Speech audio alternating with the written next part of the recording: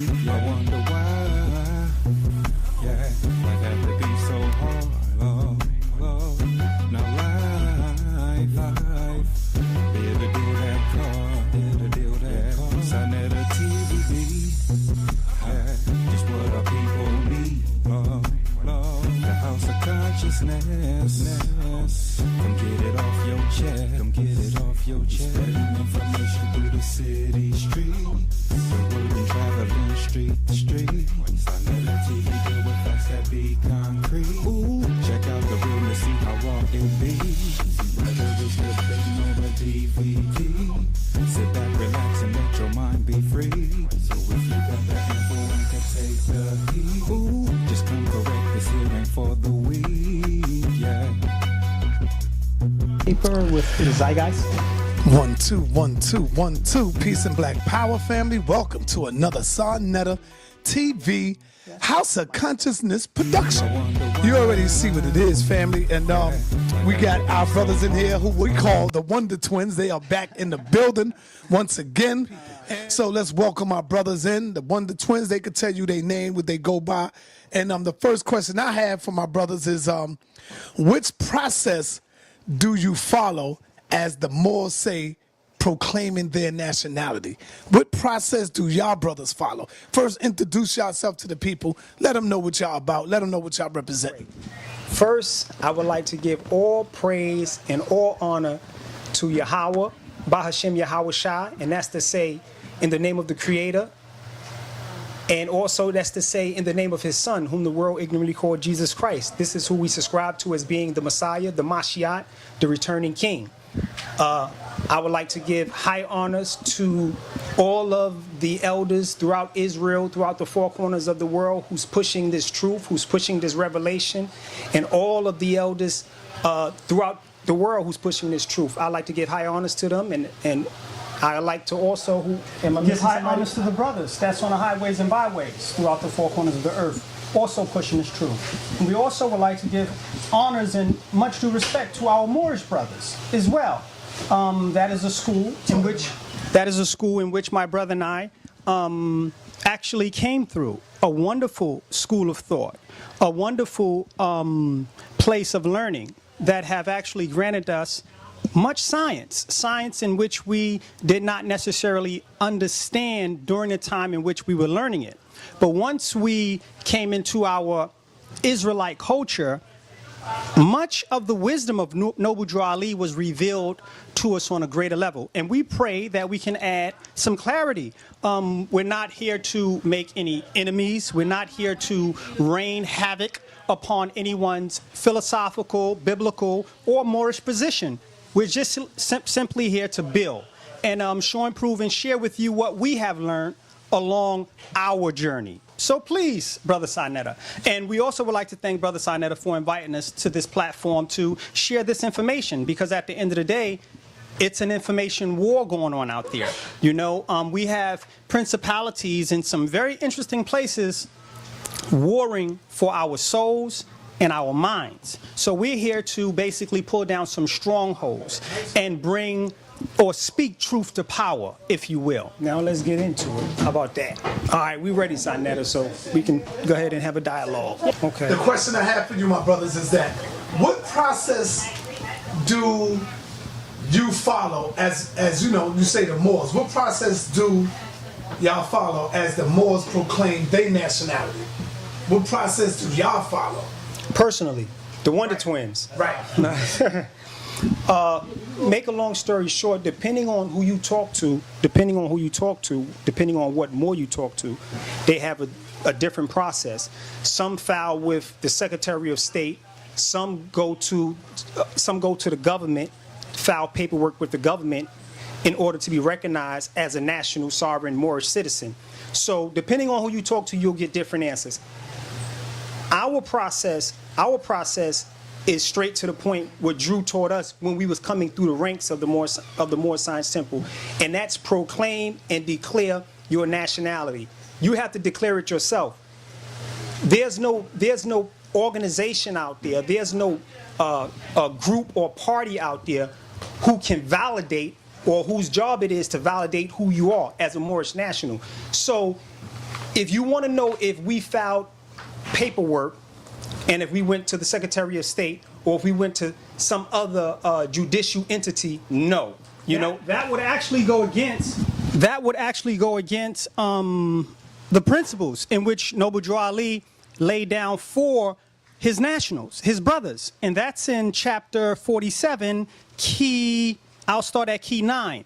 It says, according to all true and divine records of the human race, there is no Negro, black, or colored race attached to the human family, because all the inhabitants of Africa were and are of the human race, descendants of the ancient Canaanites, nations from the Holy Land of Canaan.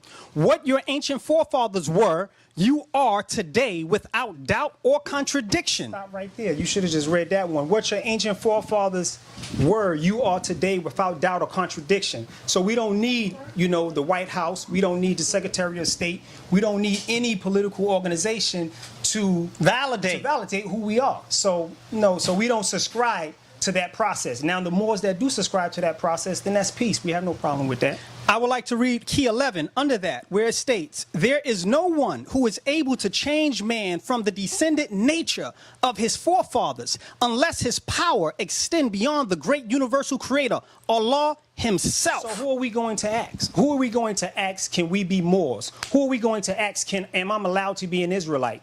Am I allowed to be an Egyptian? Am I allowed to be a Chinese? You can't, that doesn't even, you know, it doesn't process or it doesn't harmonize with our line of thinking and the way we was brought up and what we're learning thus far. And Drew Ali validates. We have more questions, so try not to stay too long. Right. And Drew Ali validates what Drew Ali validates what my brother just stated. Drew Ali goes on to say in key 12, these holy and divine laws are from the Prophet, Noble Drew Ali, the founder of the Uniting of the Moorish Science Temple of America.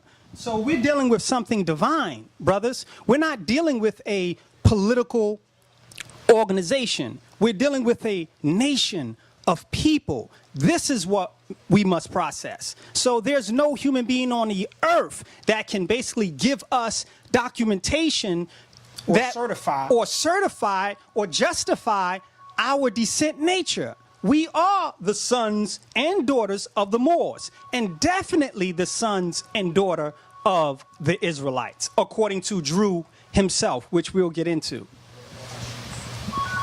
That's your fault. Yeah, I'm not paying attention to it. Right. Want me to? Nah, don't worry about it. Okay, my brothers. Do you yourselves have a nationality card? Yes, we have a nationality card. Absolutely. Would you like to answer that, my brother? Well, we have a nationality card. Those who know our history from the last time we the last time we came on the sa.neter show, we explained our history of incarceration, and we received our nationality card in a decimal crypts, and we call it decimal crypts the belly of the beast. So we do have a nationality card. We received it from, I can't tell you exactly what temple we received it from at the time because we're talking over 17 years ago. So I can't. Yes, we have our nationality Yes, we have our nationality card. But the nationality is not in a card, but it's in a man. Understand that. Right. It's not in anything material. Because Drew Ali have actually taught us in his literature, he said money and clothes doesn't make a man. But character and free national standards makes a man. So that card also applies to something being physical or material that supposedly have power to validate and justify our existence as Moors. So we don't need a nationality card, but yes, we have a nationality card. Okay, powerful, brother. Do you think the Moors should abide by the American Constitution as many Moors talk about? Absolutely. See, one thing about the American Constitution is simply a document that was actually put together while the Moors here were in slavery, in fact. The American Constitution is just paper that governs a kingdom and its subjects. We have no problem with the American Constitution. However, we are part and parcel of this said government, as Drew Ali eloquently stated. Now, Are we supposed to subject ourselves to some of their more independent political positions as Europeans ruling this kingdom? No, we're not supposed to do that. Just like the Chinese, they don't even speak English, but they come over here, they succeed, they subject themselves to the American Constitution, at least they respect it, but it's neither here nor there. But Paul, my point is, Apostle Paul in the New Testament, in the Gospel, he told us to subject ourselves to the laws, because the laws that are established by our celestial Heavenly Father. So we have no quorum with the American Constitution. They're easy to follow, as long as you're operating within your right state of mind as a national. Right. The reason why we're basically disenfranchised mentally and we find it difficult to harmonize with the American Constitution is because we don't have no nationality. And in order to powwow or converse with the other nations and nationals, you have to step to the table with a nationality. So this is why the American Constitution have, in fact, belittled us, move upon us condescendingly. Or doesn't even apply to us. Or doesn't even apply to us, because we're moving with labels and names that does not represent nationality, as Drew eloquently gave to us. So yeah, we acknowledge the American Constitution. Absolutely. We have no qualms with that. Matter of fact, Drew Ali was quoted saying that the American Constitution was one of the greatest documents that has ever been written. Yes, that document respects nationals, but of course that document does not respect the NBCs. If I can take a line out of Elihu Pleasant Bay book, sure. You know, NBC, which stands for Negroes, Black and Colors, colored folks. So the American Constitution does not acknowledge NBCs in North America, the wilderness of North America. So you're an NBC if you're not a Chinese, if you're not a German, if you're not a Russian, if you don't have no national standard, then Drew Ali says you are undesired. So you're an NBC. So therefore, of course, the American Constitution will not acknowledge you. It will keep you in the realm of 3/5. So therefore, you won't be acknowledged. So right. Yes, so the American Constitution has no respect for the so-called black man in America, because the black man is still in a state of chattel. So yeah, but when you come and stand in your rightful place as a national, then the American Constitution will have to acknowledge you. However, we know and understand those who control and the governors and administrators of the American Constitution, they won't acknowledge us due to the fact of who we are. So there's a dichotomy. There's a dichotomy there. There's a dichotomy there. Yeah, we're dealing with a European colonial power, right? You know, whose mindset is that they're going to be in power forever. So therefore, we have to be realistic and pragmatic. Absolutely. So what about the laws when you say that, yeah, we're supposed to follow the laws of the American Constitution? Right. What if they are corrupt? What if the laws are going against your own being, your own people? Are we still to follow those laws? No. There you go. No, not at all. Not at all. As a matter of fact, no. I can give the good brother an example. Put it this way, right? To the American Constitution? Yes, what law in the American Constitution is corrupt? That's what I would like to ask. No. Well, I know. Let me. Well, you want to assume, but go ahead. Okay, go ahead. Well, there are many things in which this Constitution or America, in fact, tried to get us to accept as being normal. Those things, we know those things are blasphemy. We know those things are wicked. We know those things are counterproductive to our contract that we actually have with our Heavenly Father, Yahweh. So no, we are not supposed to subject ourselves under things that are contrary to our very nature. Man and woman produce child. That's mathematics. Anything contrary to that is haram. It's error. That's what it is. So no, we're not supposed to bow down to anything that moves against our contract and our laws by nature, our melanin by nature. Okay, that's good. That's good. Right, no, not at all. Well, some of the laws you can see that we do when the police shoot down our people. Right. They don't follow their own laws, brother.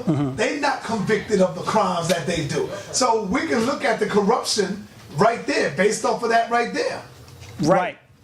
Add on. Right. Well. Add on. Well, let me say this. You know, we got to be realistic. We know what type of society we live in. We know the so-called Negro, the NBCs in America. We have no weapons. We have no artillery. We have no standing army. So therefore, that's why we are murdered. That's why we're molested. That's why we're assaulted on a daily basis in America, in North America, the United States of America. And abroad. And abroad, throughout the adjoining islands, Europe, etc. Because we have no standing army. We cannot protect ourselves. We have no artillery. So I say that to say, so they know we have no artillery, and that's why they're not held accountable. They're not held accountable. Everybody knows this. This is no deep issue. So I'm trying to understand your question as it pertains to that. We agree with you. These people, they assault us daily, and they're not held accountable. So yes, we agree with that, and we know why though. Because there are spiritual implications that actually rest above our situation as a collective. True. The Israelites all across America and all across the world have in fact emphasized the situation that our people find themselves under. And it's interesting, Drew Ali said the same thing. He said our situation is more so spiritual. Yes, he said that. He said our situation is a divine issue. Yes. Drew Ali actually was referring to Deuteronomy chapter 28 and 68. And all of the other precepts that goes along with Deuteronomy 28. Right. And also, let's be honest, white men, when a European man, right, a so-called white man kills a brother, a so-called black man, as a national, as a foreign national, as a nemesis to the original people, what did he do wrong? What did this European man do wrong? Well, I would say he did nothing wrong, because the so-called black man must learn and must remember to stay in his place as a subject of these United States. So therefore, there's going to always and continue to be public rituals to dramatize or in dramas, which brings about trauma to the minds of the masses, and we're traumatizing our children in America. Now, when you say stay in his place, what do you mean by that? Well, you gotta understand. Let me get straight to the point. All Right. The so-called black. Oh, we're gonna get flack for this. What we're about to say. The so-called black man in America is a slave. He don't know that because the so-called black man don't know what the definition of a slave is. So when you go up and talk to a so-called college-educated black man, say, hey, do you know you're a slave? Do you know you're a captive? What are you talking about? I have a 9 job. Don't you see my Porsche out there? What are you talking about? My house is 1.3 million. So, he don't know he's a slave. Therefore, so I'm kind of losing my train of thought. No. But the point is, let's deal with the issue. And that's the issue is the average so-called black man don't want to acknowledge, brother, that you are a slave. Accept it. Embrace it, and then we can move forward. We can't. You got all of these so-called black communities always trying to address this and trying to address that, but you ran past the major. You got to first get past the fact and the reality that you are a captive. You are a slave in another nation. You are. Dang, I don't want to keep repeating myself. Right, so but that's the reality that you have to accept. And for the most part, black people in this country, and I would say 95% of black people in this country, they have not been properly educated. They don't know what a national is. They don't know what war is. They don't know the concept of war. They don't know the concept of a conquered nation. They don't know the concept of one who conquests other nations. They don't know anything. So they don't realize taxes itself, you're paying tribute. You're paying tribute to the individuals who, in fact, colonize the land in which we find ourselves living in. The modern day Moor is a slave. Absolutely. The modern day Israelite is a slave. The modern day Christian is a slave. The modern day Egyptian is a slave. And of course, we all know what the modern day Negro is. A slave. A slave. So therefore, that being said, we have to embrace that. We have to acknowledge that, and then we can move forward and try to achieve some form of progress. Without acknowledging that, then we're not going to receive any progress. Like a quick analogy, you have a person going to the hospital and take a MAR or X-ray or whatever, and realize that they have a broken neck. But let's say when they walked in the hospital, so the last thing on their mind was a broken neck. But when they went through the process of the X-rays, etc., the doctor had to aware them, like, listen here, your neck is broken.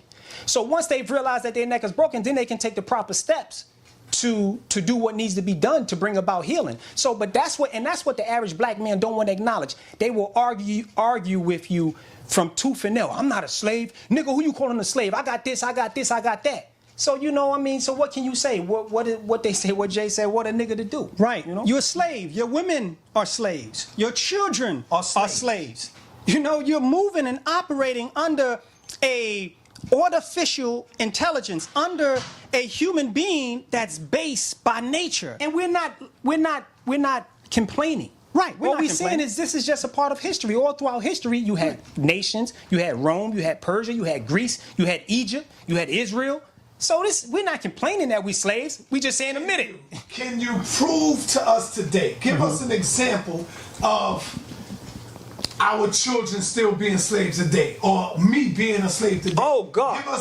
Give us some examples. Oh God! Well, first of all, he used the word "our." Our children. Your children, brother, Don't is not belong to your you. children. Uh-oh, go ahead. Go ahead. He said, I can't believe he had the audacity to say my children. That's what we're talking about. Right. We have to stop that. We have to nip that in the bud. Your children belongs to Satan. And when I say Satan, I'm talking about your European Magna Charta power Christian structure. The Vatican. We're talking about European supremacy. We're talking about, Illuminati. We're talking about the 10 families.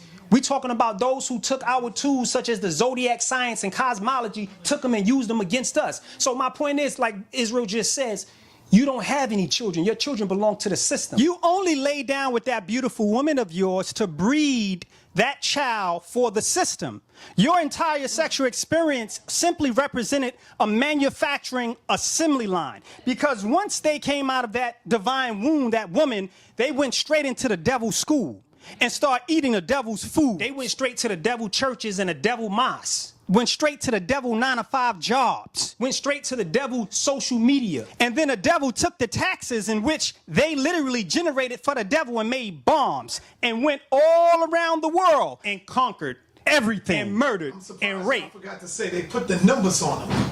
Oh, yes. The numbers. What numbers he talking well, about? whether you're talking about social security numbers, whether you're talking about birth certificate numbers. Certificates. Absolutely. Yeah, I mean, but see, the science of that's the stamp of approval right there. Absolutely. Right. Absolutely. They belong to us. Listen. We stamp. Right, and then they took the social security number and put it on the stock market. They're generating capital off your social security number right now as we speak, utilizing it for securities within the stock exchange. Futures. And when I say futures, he's not talking about the rapper. The rapper, or I'm not talking about tomorrow. I'm talking about futures as it relates to the economy and commodities and things of that nature. I know we still slaves, but I'm trying to get y'all to explain it to them. Okay. I can give you another example. Right. Please. Try to leave America without the permission of your master. That's impossible. They'll kill you. See, that's showing you that you're still a slave. Yeah, right, You got to go and get permission to request a passport to travel. Yes. Who does that? If you're a free man, you don't need permission from nobody to travel the universe. Absolutely. No. You see? Absolutely. That right there shows you that you're still under control of the government. Yeah. True. That's what I'm talking about. Absolutely. No doubt. This is 3 the hallway. sa.neter and the Wonder Twins.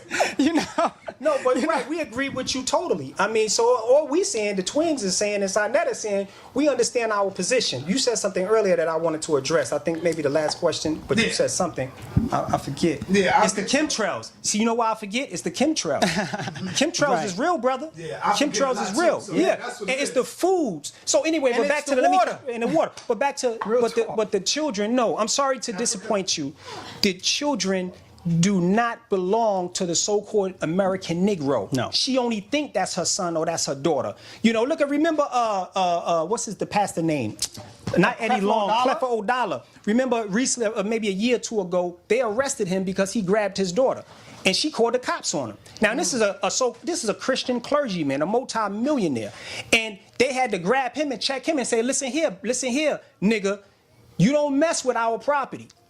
You talk to her. You don't put your hand on her when out of the so-called good book or out of our book of statutes, laws, and commandments, it tells us that the rod is for the fool's back. It tells us how to properly discipline our children. We have laws regarding this. So we're not even the rod, spoil the child. We're not even allowed to practice our culture. We're not even allowed to practice the totality of our laws and our statutes and our commandments because we're slaves. And we understand that. Right. So again, the so-called educated people with the master's and a bachelor's degree saying, well, I don't agree with them. My children are my children. You know, those are individuals who don't want to acknowledge reality, but reality on a whole nother level. When you send your children to school, you're contributing to the genocide. You're perpetuating genocides. When you send them to public school, all these schools in Harlem, all these schools in Brooklyn, all these schools in Queens, and we saying, oh, we got a revolution. How the hell we gonna ever experience some type of revolution in America when we send our children, the minds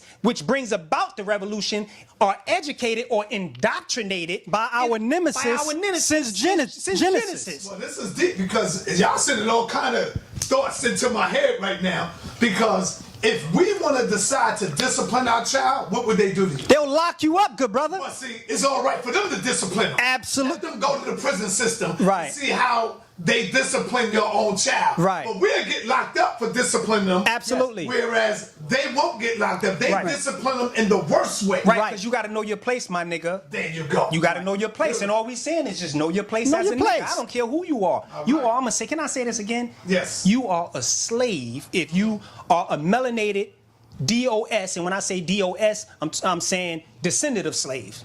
If you're a melanated DOS, then you are a slave, you are a captive, and then we just need to embrace that, we need to acknowledge that, and then we can move forward with some solutions. Absolutely. But sometimes, remember, this conversation can take place, this conversation could lead into where, how do we say it? Where the rubber leaves the road. Now, that's the part where individuals is going to, they might not understand that. Because we get into our eschatology, our spirituality, we get into our prophecies. Right. And unfortunately, our people, they are not ready for that, though we're commanded to share it nevertheless. But add on, Brother sa.neter. A righteous man's steps is ordered by the Lord.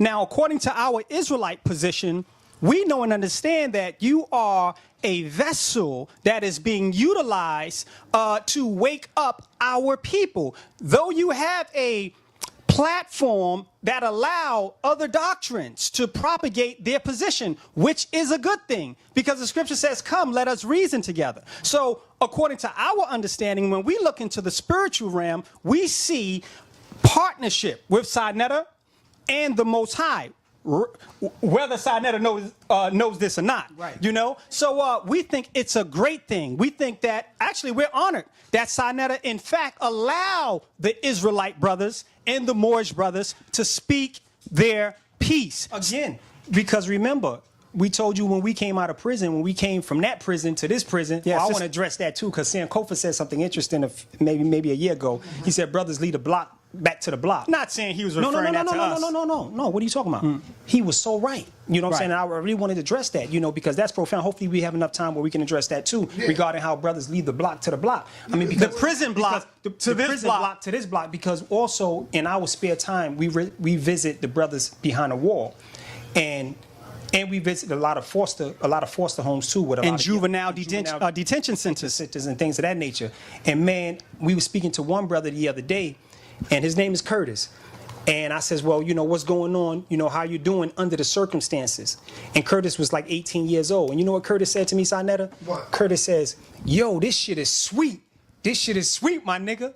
And, you know, and I'm like, wow, okay. So I had to analyze that statement, and I had to investigate his history and open up his jacket, because we all have a jacket. Most importantly, and then I want to touch on mental health, because that's another issue. But the point is, Curtis, he left, and he was from, where was he from? Fort Greene. Fort Greene. Right. He left Fort Greene Projects, Brooklyn, and got caught up in a situation, and now he's in that facility, and the facility looks like a hallway in the project. Absolutely. So what I mean, so when Sankofa said we left brothers left the block and came back to the block, man, he don't know how profound that was, because you have to, and then when you go to prison, you're like, yo, this is just like the block. You standing on the corner of the bodega. It's no different. It's no different than standing right here on the corner. When I was just asking the brother, yo, you know sa.neter, the brother, you're on the yard. What the so-called free people call the bodega, we call the canteen. You know what I'm saying? What the so-called free people call the yard, we call the park. Right. Or, they call a park, we call it the yard. What the so-called free people out here call the hospital, we call it medical in there. So everything, there's a parallel. What the so-called free people call a job out here, we call it the laundry room. The laundry room or the kitchen. or the kitchen or the barbershop. It's the same. So it's the same thing. So the point is, only thing you guys have access to out here that brothers don't have access to in there is the woman. And if your game is good enough, that's right. you can get you a woman. You can get your women. A few of my friends started families in there. They started families. Real families. Real families, yeah. Well, you do got access to women in there. Absolutely, right. Because you get sleepaway tents, people come down, and you can have a weekend visit with your wife. Well, where we was, they done away with conjugal visits. So we wasn't allowed to get married. And matter of fact, when we was pulled into that belly, or when we walked into that belly, that's when they done away with it. So we was kind of pissed off. But that was the last thing on our mind anyway. We was if anything, we was saying, how did we get here? Right, and that's when we started investigating our Moorish history. Right. Was y'all together? I mean, what happened that led y'all into the penitentiary?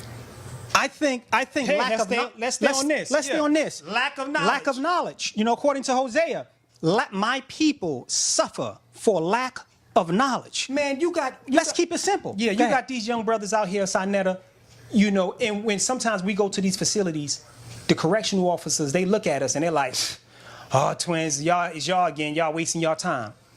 Y'all wasting y'all time. Because they even gave up hope on the brothers. But when you go sit down with some of these brothers, you can understand why even the correctional officers is like, yo, y'all don't got nothing else better to do? Because our young brothers, they was raised with no father. They was raised with no guidance. They was raised with no structure. They was raised with no culture. You know what I'm saying? They was raised with nothing. Their mind has been stripped. When I was a little kid, and I used to try to fix my bike, and when we was little, you learning how to fix your bike, and then you try to turn the nut, and then you just can't turn that nut. Because you start stripping. But you didn't know that. Right. You turn a nut, and then so you got to call in an adult and says, why isn't this nut turning? And then the adult, the person with wisdom and knowledge and understanding says, oh, young blood, the reason why that nut ain't turning because you stripped it. There's no corners on it. So I say that just to say that there's no corners on the minds of our children. So they're being swallowed up by the system. They're being destroyed, man. I mean, it's just genocide happening right in our face, and there's nothing we can do about it. But of course, the Israelite community and those who know prophecy know that these things must happen.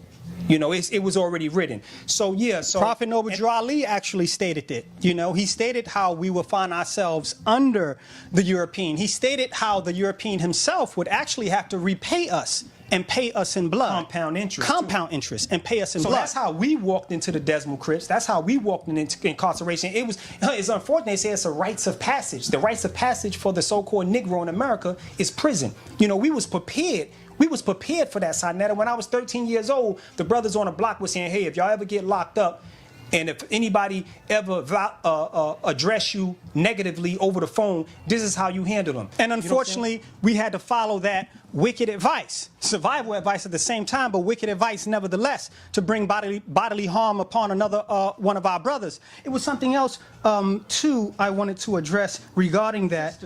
Well, it'll come back. Yeah, it'll come back. But yeah, man, but it's a sad, sweet situation, man. When we visit our brothers behind the wall, it's a sad, sweet situation. And let me say this, and I'll let you go to the next question.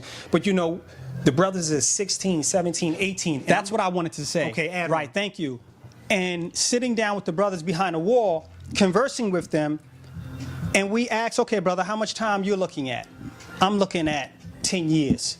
Okay, brother, how much time you looking at? I'm looking at 30 years.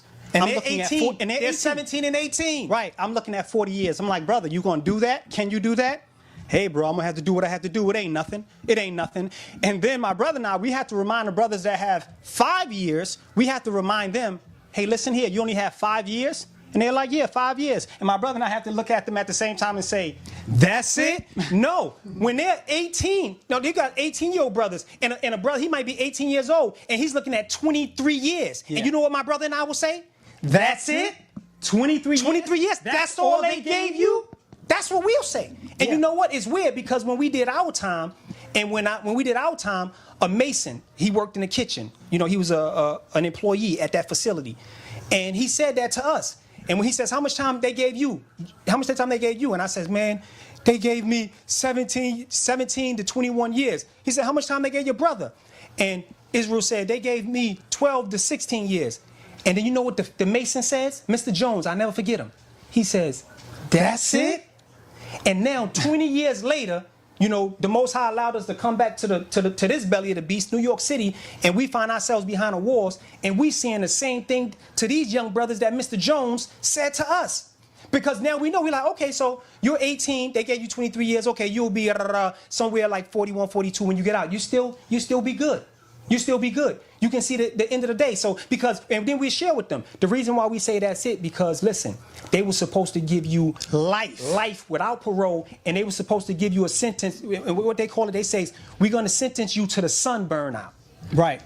They were supposed to sentence you to the sun burnt out. They just ain't have enough information to convict you and sentence you on that level at the time. Not because of your crime. Not because of your crime, and then we share that with them as well. Not because of your crime.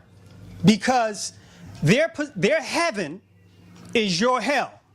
Mm-hmm. And young men must understand that. And you are fuel for the beast. You're fuel for the system. They need fuel. So whether they get you through unemployment, whether they get you through homosexuality, whether they get you, and we kind of, you know, I will touch on that too, whether they get you through unemployment, homosexuality, prison, incarceration, uneducated, whatever they get you, it's all war, and it's all game, and it's all fair play. Right. So it doesn't matter, because they're all, even our homosexual brothers, they're victims. You know, we used to, you know, a few years ago, we was kind of real hot-headed. Yo, what are you doing? What are you doing? Now we understand that even our homosexual brothers are prisoners. They're fallen soldiers. Even our homosexual brothers, they are victims of mass genocide. They are victims of the system. So, of course, when we look at things emotionally, we will emotionally respond. But then when you look at things analytically, you'll say, wait a minute, you know, what's going on here? And then when you start to investigate, then you'll see how they adopted these tendencies that led into the life of homosexuality. But, you know, we don't look at our homosexual brothers now with disdain. Now we look at them understanding, saying like, wow, you know, we understand. Right. You know what I'm saying? All you got to do is sit back and just hear their case history, just listen to them, and then you'll understand why they was victims. But I know we kind of digress. Because in America, it's illegal to be a man. Right, it's illegal, thank you. It's illegal to be a man, let alone, and when you start to claim your nationality, you are out of line. You got to keep it in context. A black man. I'm sorry, I stand to be corrected. Now that's step one. Step two is when you are a so-called black man and you proclaim a nationality, wow, you became a threat.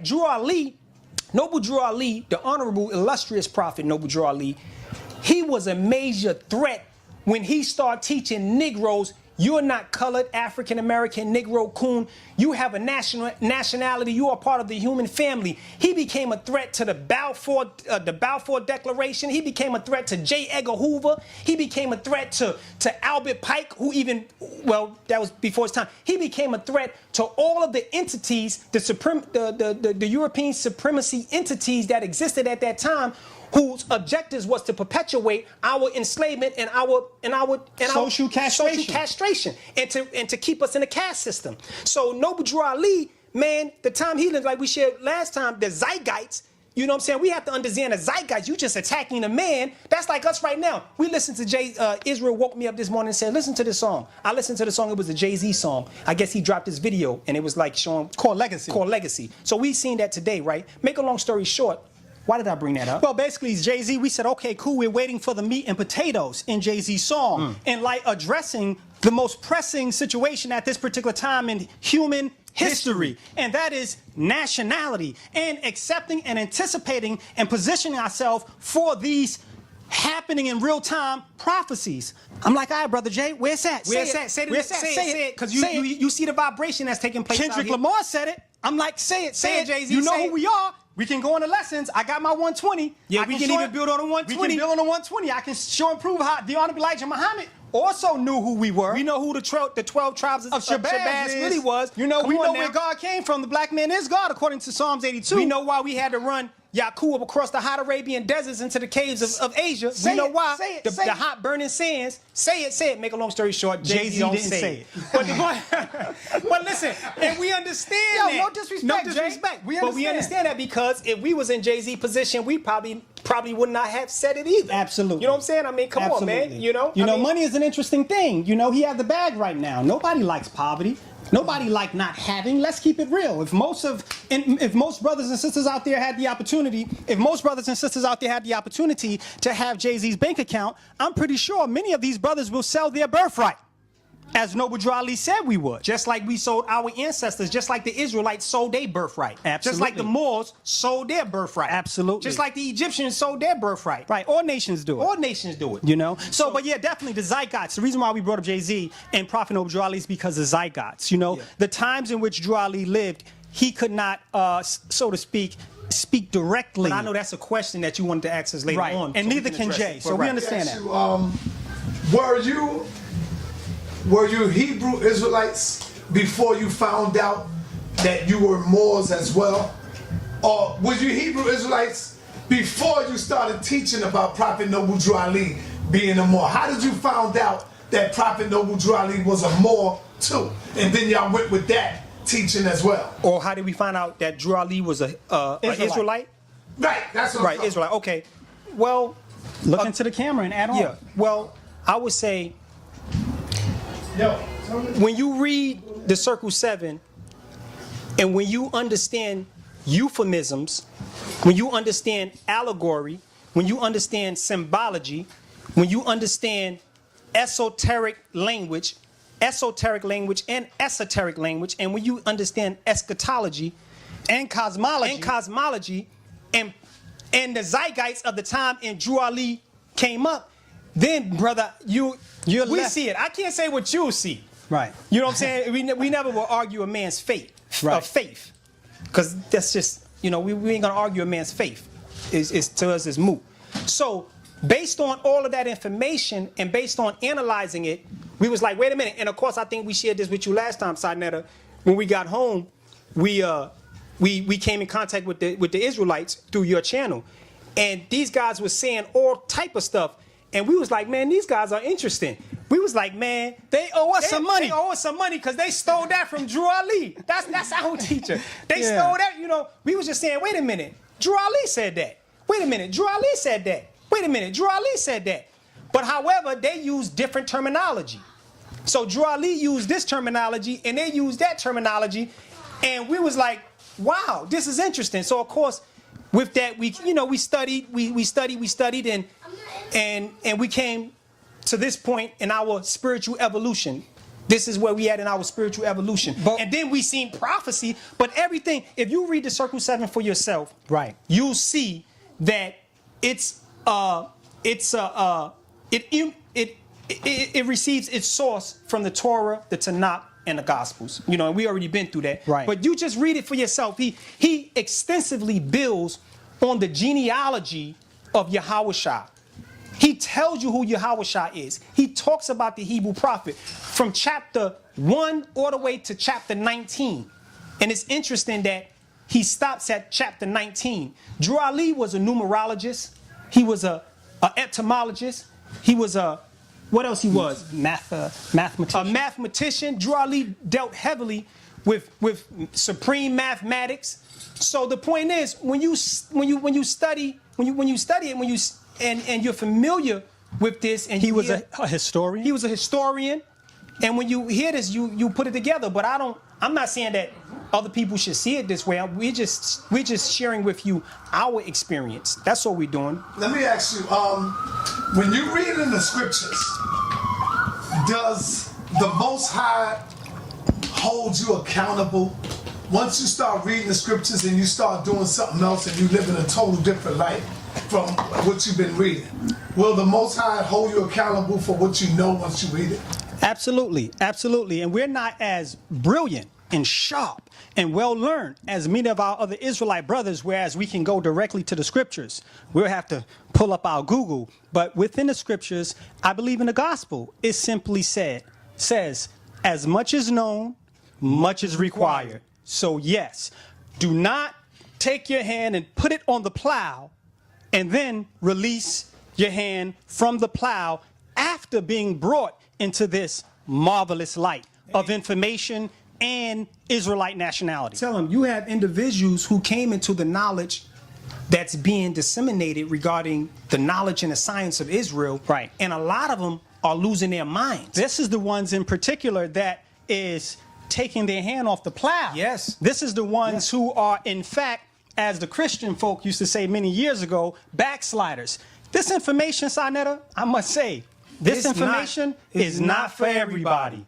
It's not for everybody. So this is the most powerful, the most relevant, the most conducive science known to not only mankind, but in particular the melanated man, the Asiatic man, the so-called black man, the Israelite man. The one who has been denationalized. We are the only individuals on the face of the earth who has been denationalized. If you was to walk up to a person in Brooklyn, Harlem, and Queens and say, hey, man, what is your nationality? What is your nationality? We all know what answer we're going to get. So, we don't even know to be denationalized is a crime against humanity. Absolutely. We're supposed to be at every court at the UN hollering, saying, wait a minute, these people are committing genocides not only on me. If you don't want to do it for yourself, do it for the sake of your children.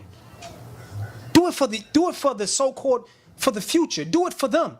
I've heard the Moors say the reason why we get shot down like animals in the street is because we don't claim our nationality and because we say we are black.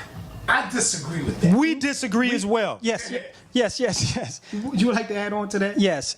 We're not being shot down in the street because of a documentation identifying our national position. We're being shot... Or the lack thereof. Or the lack thereof, of identifying our national We're position. being shot down in the street simply because we're at war and in war. If I get in the ring with Floyd Mayweather and he punched me in my mouth, am I going to catch an attitude with this guy? Yes. Why? He punched you in the mouth. But what environment are we? What environment are we in? Oh, you in his ring. No, not his ring. The ring. The ring. You know what I'm saying? Right. I'm in the ring. So if Floyd Mayweather, expected to be. Absolutely. he got on gloves. Right. You got on gloves. Right. So if you're gonna stand there and get punched in the mouth all day by Floyd Mayweather, then you're not gonna go to hole 12. Right. You know what I'm saying? You're gonna go down within a few seconds. So your point is. My point is, thank you. I like that side. I know what your point is. Right. Thank you. Listen, my point is, the European nation who's biblically identified as Esau or Idumea in these scriptures, or in our Edom, record book, or we in Edom, their house. we in their house. So No, what do you they're expect in them to our do? house, Okay. right? They're in our house, and they're the custodians of it. But now they about to make their transition. right, but they overstepped their boundaries, Right. Because they were supposed to release us as a nation of people. We supposed to be in Jubilee, the whole 9 yards. So the point is, the Europeans are doing what they're supposed to do. Now, this is really going to step on some toes regarding the words that's about to come out of my mouth right now. Well, I didn't say it. He said it. And even though I look like him, but don't blame me if you see me. Listen. Let me say this, man. As a matter of fact, let me make it personal because I don't want to offend the families. On our way back to Brooklyn tonight, sa.neter, if Yahweh, Bahashem Yahweh Shah, allowed Harlem European police officers to take this man's life right here, I will see you a few days later and you will ask me how I feel and what do I expect. And I will tell you, oh no, they did what they were supposed to do. Because why? We know and understand that we are at war. Number one, we know and understand that we are captives under the jurisdictions of Rome. So my point is, I don't even think I would shed a tear if they was to assassinate him tonight.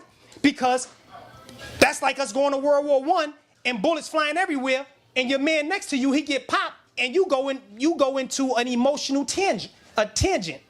Why? This is what's expected at war. So when we watch the news, oh, such and such was murdered in Brooklyn or Louisiana or Chicago or Alabama, wherever Israelites walk on the face of the earth, when they're assaulted by the colonial oppressors, then this is expected. This is war. What do you expect for them to do? And there's no paperwork that's going to prevent that from happening, brothers. And if you think paperwork will in fact stop the onslaught or the constant perpetual attack from these Europeans, you're sadly mistaken. See, you have individuals who they don't want to deal with the hardcore reality. See, that takes us back to our original topic. Brother, you are a slave. Accept that. Embrace it. and then we can move on. But defend yourself, in fact, if you can. Yes, sir. By all means, as Brother Malcolm X said, by any means necessary, defend yourself. So now let me ask you, do you come in contact with any of the Moors that may get upset with you when you say Prophet Noble Drew Ali was a Hebrew Israelite? Do you find yourself having to build with them and to share that light with them? Do they get upset sometimes for trying to take their prophet, right, who they've been calling a Moor all their life, and now y'all two come along and say he was really a Hebrew Israelite? Right. Yeah, because how does the Moors take that? well, listen, let me read chapter 48 real quick. Right. Chapter 48 in the Moorish Holy Quran, some people call it the Circle 7, whatever rocks your boat. Chapter 48, the name of this chapter is the end time and the fulfilling of prophecies. The end time and the fulfilling of the prophecies. Chapter 48, key 5, and the reason why we call it keys, because keys is that which open up understanding or unlock doors for the greater understanding. Key 5 says that the world may hear and know the truth, that among the descendants of Africa there is still much wisdom to be learned in these days for the redemption of the sons of men under love, truth, peace, freedom, and justice. Now, what I want you to focus in on is this. I'm going to read the first sentence again. That the world may hear and know the truth, that among the descendants of Africa there is still much wisdom to be learned among the sons of men. So Drew Ali prepared what he prepared at that time as a stepping stone to bring us into the understanding of the supreme laws later. He gave us the general laws. Now, when we deal with the laws of the Mosaic laws, when we deal with that covenant, we're dealing with the supreme laws. So there's still much wisdom to be learned among the sons of men. So I would humbly share with my Moorish brothers To look up the word euphemisms. And I would just share with them like, yo, you can't just grab what you learned there and then you stop evolving. And then you look deeper into what he brought. You might ask the average Moor, if they understand certain words. And if they don't understand certain words, then there's certain doors that they can't even go into. So show me anywhere in the literature where Prophet Noble Drew Ali said he's an Israelite. Okay. Or was it coded language? Well, it was coded language. We just said that earlier. Everything was coded. Then let me see you go. I don't know. I'm not going to throw Jay-Z under, keep using Jay-Z. I think we used Denzel Washington last time. No, let's use Denzel Washington. Let's use Denzel Washington. How about that? We're going to throw Denzel under the bus. Okay. Let me hear you tell Denzel, if you ask Denzel, what is your nationality? And if you give him an option, black, colored, or African American, he's going to say African American. Even after he came out of the back chambers, knowing the history of man and knowing the table of nations, he's still going to say African American because of the times in which he lived in, and he don't want to rock the boat. He don't want to. Now, Denzel Washington made a statement recently, and it got under a lot of people's feathers. He was like, "Oh, it's not the prison system that's at fault regarding the mass incarceration of our people, but it's the parents' fault." Now, if you go watch that recent movie that he just did, and when you watch the science of that movie, you know Denzel Washington don't subscribe to that statement, truly subscribe to that statement that he made. He don't believe that. Denzel Washington ain't no idiot. He's no fool. He's been around these European Ashkenazi Jews and all of these different foreign nationals for years, for decades. So my point is this. Now you asking me, where is in here that Drew Ali says I'm a Hebrew Israelite? No, that's what he got the Wonder Twins for. He says, listen, 50 years later, what did he say? He said it will actually be 50 years. It would take 50 years before you realize what I brought you, far as the information. It will take you 50 years before you realize what I brought you. Then another 50 years will pass, making it 100 years. You won't even know I came.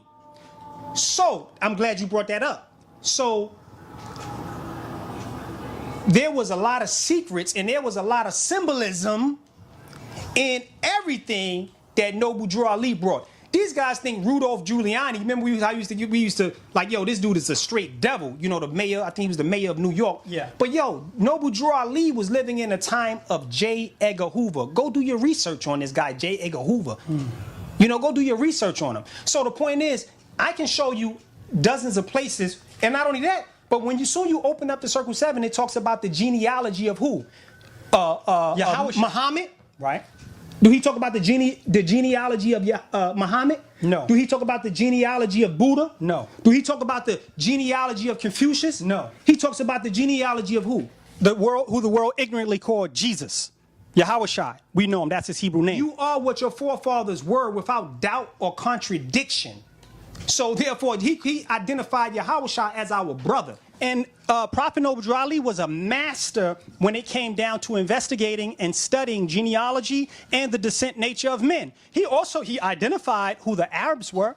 He identified who Cush, in fact, is. He identified who all the other nations were. Matter of fact, he says, do not allow no foreigners to stand behind the podium and give the Moors any information. Absolutely. That goes to show you where he stood regarding other foreign nationals in our business. Yeah. Because you got a lot of Moors that just know Drew Ali said we got to love everybody. And when he even said Islam, he wasn't even talking about Islam as you know it. Al-Islam, Orthodox Islam, no, he was not talking about When he that. used the word Muslim, he wasn't talking about the Muslims as you know As you know it. That's why he even spelled it differently. Absolutely. Muslims. Muslims, right. So it was all coded. It's euphemisms, man. It's key words. Okay, so now it stands to reason that Prophet Noble Drew Ali misled the people.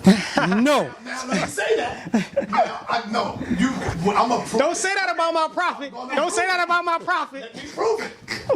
When you look outside of yourself, Right. and you see all these Moors, nationality groups all across the globe, and they telling you that Prophet Noble Drew Ali was a Moor, then he had to mislead the flock because they got on feds. They running around talking about nationality. Right. I'm a Moor. Right. I'm a Moorish American. Right. So, brother, did he mislead them or did he give them the true science? Because why they call themselves Moors and not Hebrew Israelites? That's a good question, Brother sa.neter. Well, you have to keep in mind that we are Moors. We are Moors. Prophet Noble Drew Ali, this man was so wise. He identified us as Moors because throughout history, we were those individuals that went to Spain and brought forth civilization. We have the coat of arms to prove that. Just Google it. You know, we ruled Russia. We ruled Switzerland. We ruled England, London as Moors. That was the identity in which we were known by at that particular time. The great Moors. Moors only mean dark skin. So Drew laid a wonderful foundation in light of who we were in antiquity. And also, he left so many interesting keywords for us to also connect ourselves to our Israelite identity, our original nationality. Because we were our nationality discontinued. You know, our heritage was taken away from us. So we were under many names, not just as Moors. Drew Ali could have used another name, and I would have been at peace with that if that name showed and proved our greatness within antiquity. So, yeah, we were the Moors. Drew Ali was on point when he said that. But I'm saying at the particular time, he could not just simply say, hey, listen, you are the Moorish Jews. Which much literature is out there on the Moorish Right, Jews. and we already been there. You're familiar with the Moorish Zionist temple that was established right here in Harlem. Absolutely. And a few other places around the world. So there was a what do you call it?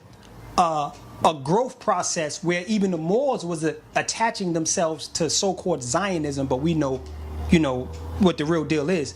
So there was never. It's not as if the Wonder Twins are saying anything that hasn't been studied, that hasn't been shown and proved. This history is already there for everybody to know. So, like Captain Tazoriak, Hashad, Allah, and the rest of the Hebrew Israelite brothers that's out there, you tell them that you are a Moor and a Hebrew, they look at you like, boy, you're crazy. No, actually, we ain't no damn Moors. No, actually, Hebrew, we with the Most High. No, and they would be correct. Okay. And they would be correct. Actually, those brothers are intelligent brothers. those brothers are more learned than my brother and I on the Israelite subject and the Israelite culture. They are wise enough to know in antiquity our people were identified as Moors. They know that. They will tell you that. Our people were the ancient Moors because we were conquered by other nations. We were conquered by Arabians. You know, and Arabians came and put their religion on us. So we had to actually move throughout history and move throughout lands that we were conquering as Arabians, so to speak, or with Arabian culture or doctrine. But even Arabians was like, yo, that's those Moors. So at this particular time throughout history, we were already conquered. Far as nationality is concerned, we were great people as the Moors. But far as nationality is concerned, our name had at that time already experienced a name change. And also, let's emphasize prophecy. If we follow the prophecy, Right. which Drew Ali prophesied, Right. which prophesied means to repeat. If we follow the prophecy, it will lead us to the source. Can I share a couple of oral statements? No, we don't want to get too far into reading. Okay, Reading, you know what I mean? okay. Let's just point it out. Because you go real, he can get his TD Jakes on sometimes. But the point is, it's prophecy, brother. Prophecy. It's happening right now. Happening right now. It's like you can just go outside, whether you're in Alabama, whether you're in Canada, wherever you at, you can just go outside and you can you'll be engaged with real-time prophecy. Drew Ali made a statement in his oral statements in Key 76. He said, "The Holy Prophet let the Moors know that he was Jesus." This is how Prophet Noble Drew Ali was talking back then. The Holy Prophet. And remember who he was talking to. A bunch of who? Can you imagine the mentality and the educational level that our people was on in the early 1900s? It's hard to deal with black people in the 21st century. And we have the internet. And we have the internet. Do y'all have the 101 here? Yes. Yes. Can you explain the 93rd question in the 101? Oh, absolutely. The 93rd question in the 101. Can you explain that? White means purity. Yes, absolutely. Let's get it. Will you define the word white? White means purity. Purity means God. And God means the ruler of the land. You want to add on? White was a status. White was a status. The original white people were us. Was us. The Moors. You're dealing with purity. We're not dealing with color. You know, so when you say white, white is a status. And again, and then as it so eloquently explained itself. According to who?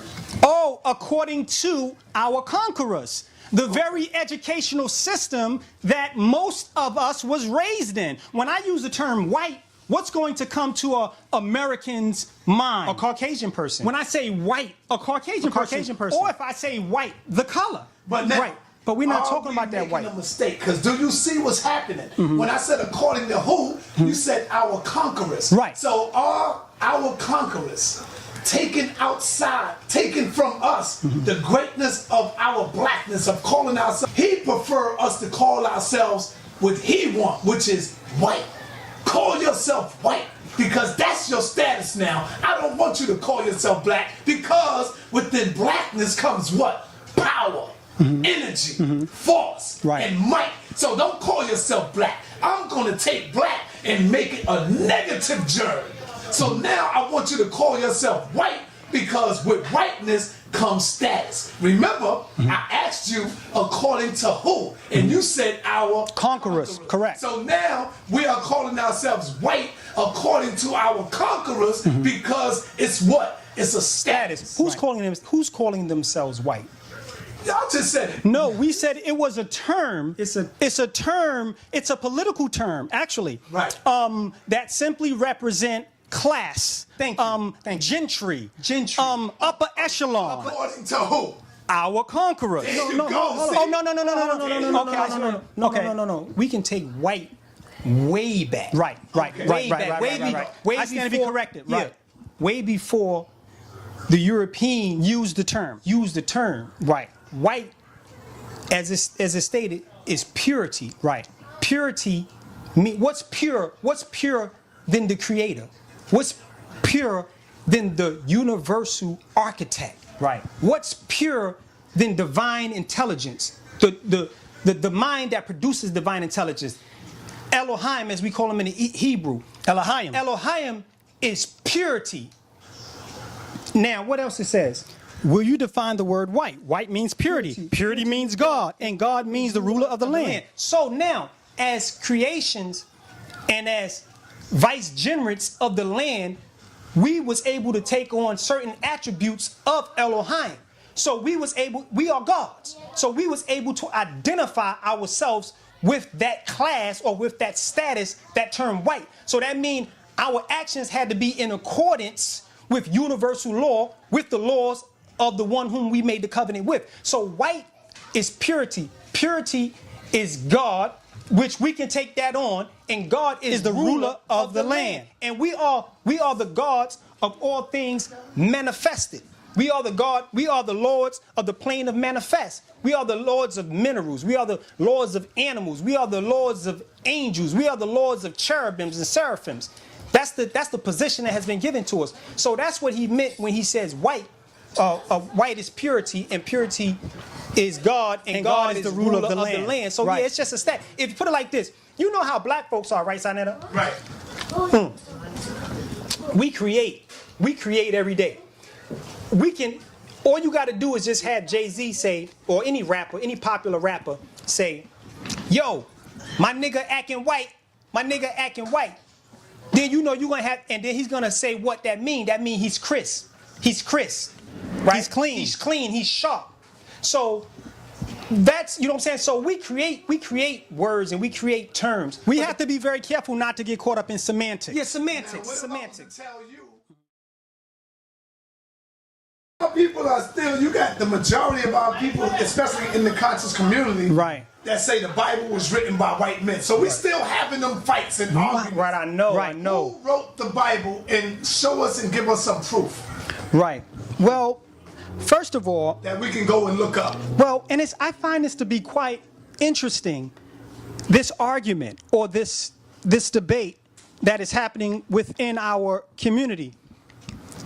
When you read the Bible, the linguistics, the style, the language, the anger, the culture, the love, the swag, the hate, every emotion as it's basically being read comes, and you can see it clearly if you are a reader of literature, and also if you are a reader of literature from other nations, or you know how an Arabian man's write, or a European man write, or a Chinese man write, versus how a black man write.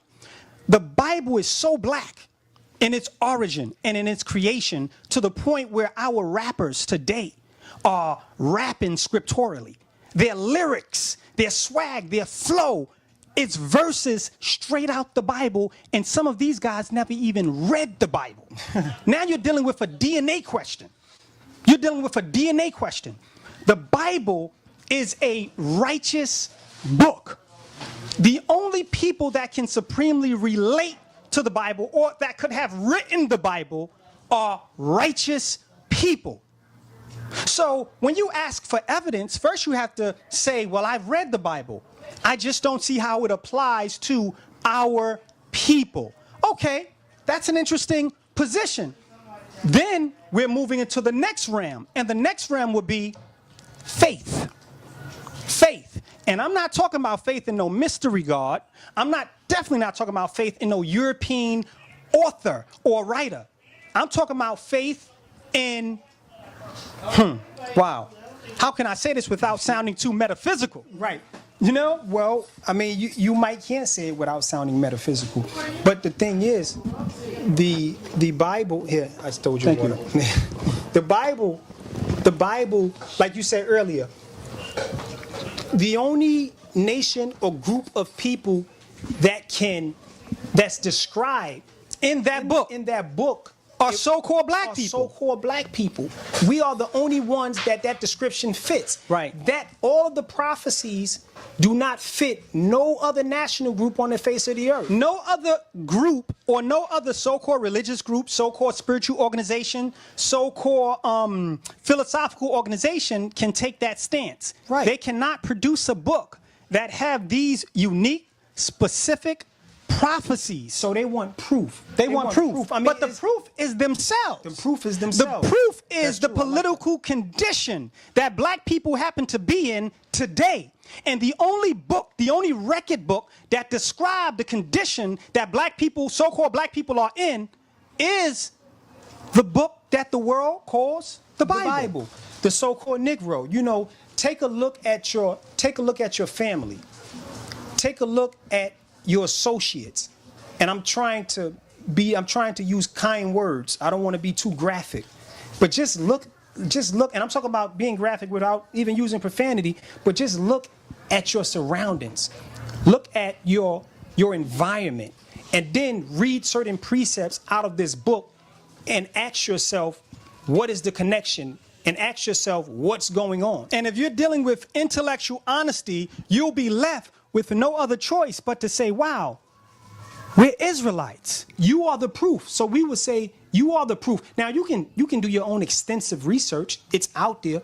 Information is out there, and the book is a swag book. You know, the European man believed that we're Israelites. He know that we're Israelites. It's a swag book. And the only group of people on the planet that actually have swag, that actually have talent. We're the salt of the earth, just like the record book says. Absolutely. Is the black man God? Do y'all follow those teachings? Emphatically, yes. Yes. Hell yeah. The so-called Negro in the wilderness of North America, Absolutely. and who's scattered throughout the diaspora, is truly indeed the manifestation of God on earth, without doubt or contradiction. The black man is indeed, the so-called black man, the Israelite is indeed God. And where did we get it from? Straight out the Bible. You can go straight to Psalms. You can go straight to Revelation. Go to Exodus. The Most High himself said, Moses, I have made you God. What? Yes, it's in there. So Moses, I have made you God. He said, Aaron shall be thy prophet. Aaron shall be thy prophet. Absolutely. And it's Googleable, so we don't even have to waste time finding it. You can find it yourself. Absolutely. And The woman is secondary, but most necessary. Well, the Honorable Elijah Muhammad taught us that. But listen here. The earth itself, the only reason why we identify this earth as a paradise, as Israelite men, is because of the company, the indefinite company of our women. And I'm not simping when I say that. Mm-hmm. You take women from this earth, take me along with it.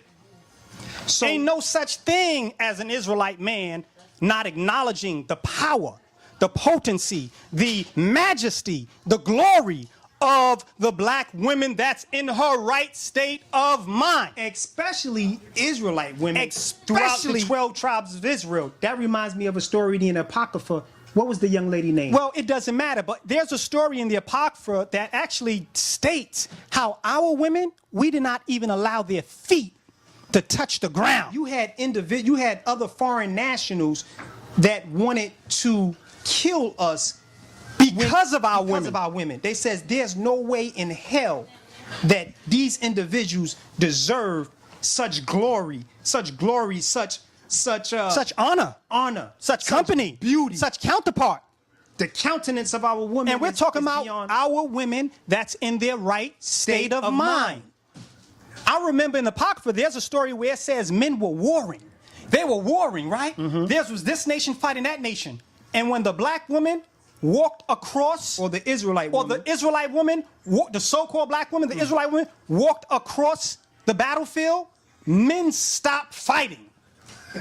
They just stopped fighting and looked at this black woman. So to answer your question, because I know they say, y'all two Negroes still running around, the direct question of is the black woman God? Is the black woman God? We do not subscribe to the so-called black woman being God. Is she an angel? Is she a living manifestation of the supreme creator? Yes. She's secondary, but most necessary. And we do not want anything to do with earth if she's not here. She's an honored vessel because God manifested come through her. So God wouldn't be here as you see it. You wouldn't be watching one egg that split if we didn't come through the annals of her. what if y'all got it wrong? What if you are secondary but most necessary? Well, that would be interesting. That would be an interesting study. But unfortunately, our scriptures, basically tell us that our Creator created the man, Adam, first. And he blessed us by giving us a helpmate, woman. So according to that doctrine, we subscribe to that doctrine. We subscribe to that level of creation and that aspect of creation. Not taking anything away from her intelligence. Yeah, exactly. Yeah, and please don't misunderstand. We're not taking anything. We're not misogynists. Yeah, we're not misogynists. She's to be protected. She's to be provided for. Black men only go to war, or they only go to work because of the black woman. Right. If you didn't have any black women, we wouldn't take showers. Yeah, we wouldn't even take showers. We wouldn't smell good. You won't have a purpose. What would be your purpose? Right. You wouldn't have a purpose without the black woman. But unfortunately, our women have been, as we have, denationalized. Right. They have been conquered, and they have been taken as spoil and booty in this war. Correct. What is your stance on Africa? As we sit back and listen to some of the Hebrew, not all of them, like the Messianic Hebrews and the Old Testament Hebrews have a different stance when it comes to Africans. So what is your stance when it comes to dealing with Africa and Africans? Oh, our stance is just like the other nations' stance. We have some African associates that we work with, and their position, I'll allow their position to testify. Their position is, twins, we love you guys. Nevertheless, at the end of the day, we have a different bloodline. That's their position. We have brothers from different, brothers we deal with from different parts of Africa, and they make it very clear to us that we are not within the bounds of their inheritance. And you know what? Let me say this.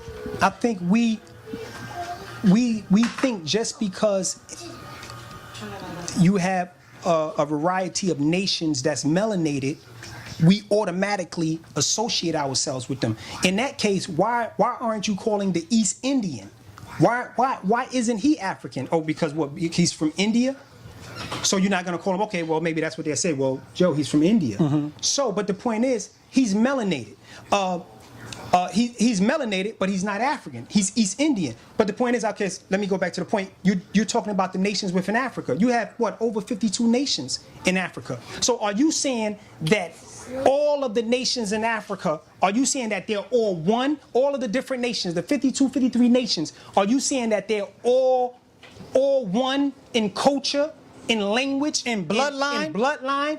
No, I think that would be. I think that would be premature. Very premature. To say that just because individuals have melanin doesn't constitute a relationship, a bloodline relationship. That's all we're saying. So, however, throughout history, we know we amalgamated with African nations. We know and understand that. We identified them as our brethren, and they identified us as the brethren from the Holy Land. So, that being stated, do we do trade? Do we do trade with our African nations? We do trade with them just like we do trade with any other nation. But however, as it relates to bloodline and national sovereignty and phenotype, there's a distinction. And culture, there's a distinction. Matter of fact, the European taught us in American that we all was African, and that was it. Okay, now, why didn't Prophet Noble Drew Ali claim Hebrew Israelite as an identity himself, verbally or in his literature? Good question. Well, first of all, in his literature, it's reeking with coded verses, coded keys, coded sentences all throughout the Circle 7, the Moorish literature, the 101, and the oral statements. And particularly, to be more direct, Prophet Noble Drew Ali's entire position was acknowledged or explained by way of his eschatology position. Say that again so they don't think we're just throwing words out there. You says Prophet Noble Drew Ali entire position was explained through eschatology. Absolutely. So regarding that statement, I think we addressed it earlier regarding the times that he lived in. But if you go to, let me throw him a quick key. A quick key. Why did, from chapter 1 to chapter 19, this circle 7, I believe we said it earlier, it deals with the genealogy of Yahushua. So why did this Moor, Prophet Noble Drew Ali, why did he find it necessary to focus and concentrate on an Israelite instead of a Moabite?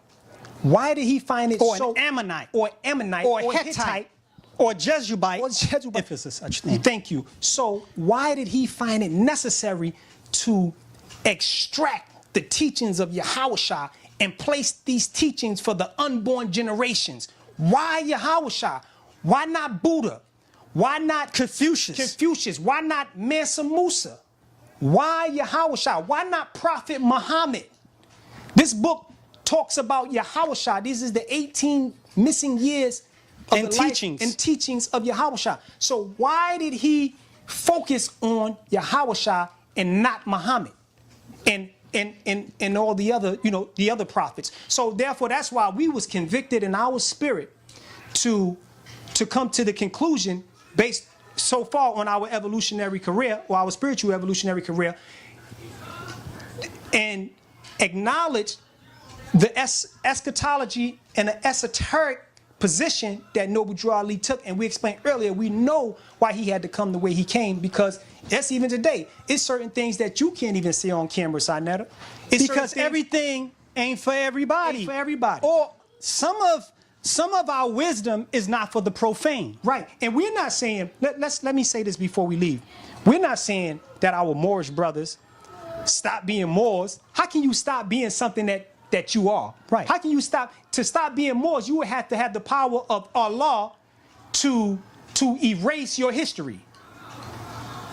No man power extends beyond the great universal God Yahweh. This is what Noble Drew Ali said himself, good brother.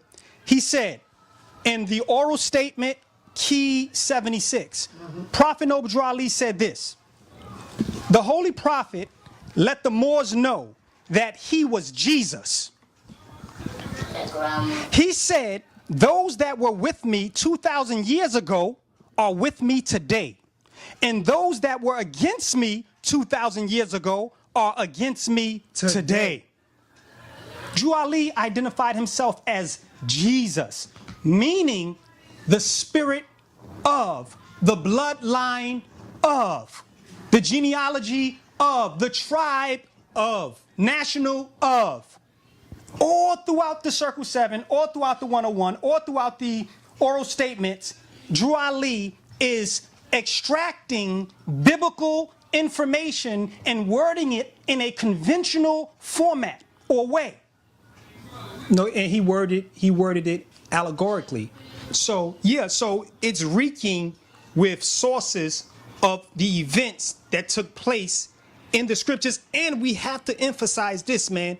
Let's just sit back and let's analyze and let's watch as these months and the weeks and the months and the years unfold. Let's watch the prophecies of Noble Drew Ali and compare them with the prophecies throughout the Tanakh, the Torah, and the Gospels, and compare it. And let's let the prophecies, because man is a lie, woman is a lie, even numbers lie sometimes. But the point is, prophecy does not lie, and it's happening right now as we speak. So I think prophecy is going to elevate certain Moorish, a lot of our Moorish brothers. Not all of our Moorish brothers, because we know and understand that there's an elect. We know and understand that there's an elect. So that being stated, let prophecy determine and decide our ultimate fate. Because prophecy is, Drew Ali says, because the ball is rolling down on Babylon. Absolutely. And anybody that gets in the way will be crushed or grind to powder. Drew Ali says in an oral statement 112, I'm going to save 8% of the Europeans because they make good farmers. There's going to be diseases, earthquakes, etc. that are going to be in the United States that will take away 92% of Europeans. That's Isaiah chapter 14. can you name one Hebrew Israelite who was a part of the temple of Prophet Noble Drew Ali? Man, wow. I don't have that information on standby, but I'm quite sure some of our brothers who do have it on standby can answer that question to him on the net. But when you say an individual, wow. Well, what's specific? That was a member, an associate of Prophet Noble Drew Ali that was an identified or proclaimed Hebrew Israelite? I mean, we had the names. I got them written down. I don't recall. Right, we have them written down. Brothers that actually worked with him in the mission of uplifting fallen humanity. Right. They were Jews. Right. They were so-called black Jews. Right. And they identified themselves as they identified their nationality. They declared or proclaimed their nationality. Right. Is Hebrew a nationality? No, it's just a culture. It's a language, a culture. No. What about Moor? Is Moor a nationality? No. Moor is simply a term that refer or identify dark-skinned people. That's all Moor is. Moor mean? Moor mean dark. Okay. That's all Moor mean, dark. And Moorish means to be light. Those dark people, which we were those dark people, doing great things. Is Hebrew a language? Yes. Yes, Hebrew is a language. Okay. Did Prophet Noble Drew Ali speak Hebrew? We're not sure. But Prophet Noble Drew Ali actually had on his team interpreters. And a brother that spoke over 92 languages. I believe it was C. Kirkland. Don't quote me on this, but that brother spoke over 92 languages. Why do Prophet Noble Drew Ali say that Jesus is from Africa in the Circle 7? In the Circle 7, chapter 46, verse 2. Why did Prophet Noble Drew Ali say that Jesus is from Africa? Because Africa is Adjacent.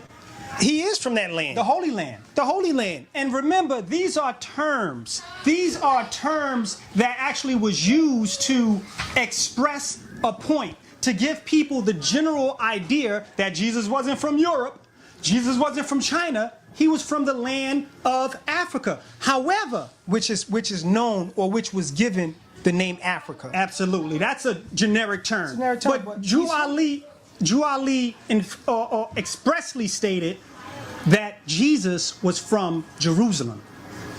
All throughout the teachings, it tells the reader where Jesus was from. Right. Jerusalem, the Hebrew prophet. The Nazarite. The Nazarite. So it goes specific. And if you are an intelligent man that understand geography, then you'll just go to a map and say, wow, Jesus is from Jerusalem. What's the location of Jerusalem? Oh, the location of Jerusalem is right here. In Africa. In Africa, and so-called Africa, and Africa is right there. Or, so it's the same thing. The geography is the same area. It's the same thing. Yeah, he would say it. But again, you got to be careful. He had to be careful what he said now. At that time. Remember the people that shooting at, it's certain things that Taharka Bey would not even say.